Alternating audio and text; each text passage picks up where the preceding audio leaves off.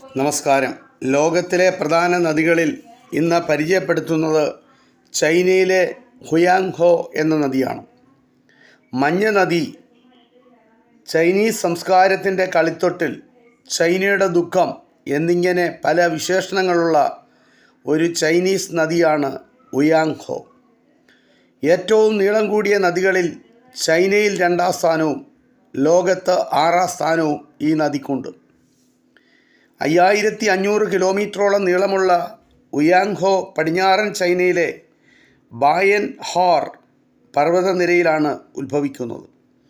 വടക്കോട്ടൊഴുകുന്ന ഈ നദി ബഹായി കടലിൽ ചെന്നു ചേരുന്നു. ചൈനയിലെ കർഷകരുടെ ഉറ്റമിത്രമായി അറിയപ്പെടുന്ന നദിയാണ് ഹുയാങ്ഹോ. കാരണം പല കാർഷിക വിളകളുടെയും ഉൽപ്പാദനത്തിൽ ചൈനയെ മുൻപന്തിയിലെത്തിച്ചതിനു പിന്നിൽ ഹുയാങ്ഹോ നദിയുടെ പങ്ക് വളരെ വലുതാണ്. ഹുയാങ്ഹോയുടെ തീരത്താണ് ചൈനീസ് സംസ്കാരം രൂപം കൊണ്ടത്. പുരാതന ചൈനയിലെ ഏറ്റവും സമ്പൽ സമൃദ്ധമായ പ്രദേശം ഇതായിരുന്നു. ഹുയാങ്ഹോയിലെ ജലത്തിൻ്റെ മഞ്ഞ നിറമാണ് നദിക്ക് മഞ്ഞ നദിയെന്നു പേര് കിട്ടാൻ കാരണം. ലോകത്തിലെ ഏറ്റവും ചെളി നിറഞ്ഞ നദിയാണ് ഹുയാങ്ഹോ. ലോസ് എന്നറിയപ്പെടുന്ന മഞ്ഞ നിറമുള്ള പൊടിമണ്ണിലൂടെ ഒഴുകുന്നതാണ് ഇതിന് കാരണം. കുത്തൊഴുക്കിൽ വലിയ തോതിൽ മണ്ണ് വന്നടിഞ്ഞ് പലതവണ ഗതിമാറി ഒഴുകിയിട്ടുള്ള നദി കൂടിയാണ് ഹുയാങ്ഹോ.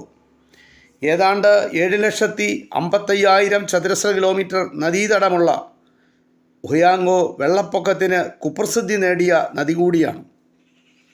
ലക്ഷക്കണക്കിന് ആളുകൾ ഈ നദിയിലെ വെള്ളപ്പൊക്കത്തിലൂടെ മരിച്ചിട്ടുണ്ട്. പ്രളയം മൂലം ചൈനക്കാരെ കഷ്ടപ്പെടുത്തുന്നതിനാലാണ് ചൈനയുടെ ദുഃഖമെന്ന് ഹുയാങ്ഹോ നദിയെ വിശേഷിപ്പിക്കുന്നത്. ഹുയാങ്ഹോയെ യാങ്സി നദിയുമായി ബന്ധിപ്പിക്കുന്ന കനാലാണ് ഗ്രാൻഡ് കനാൽ.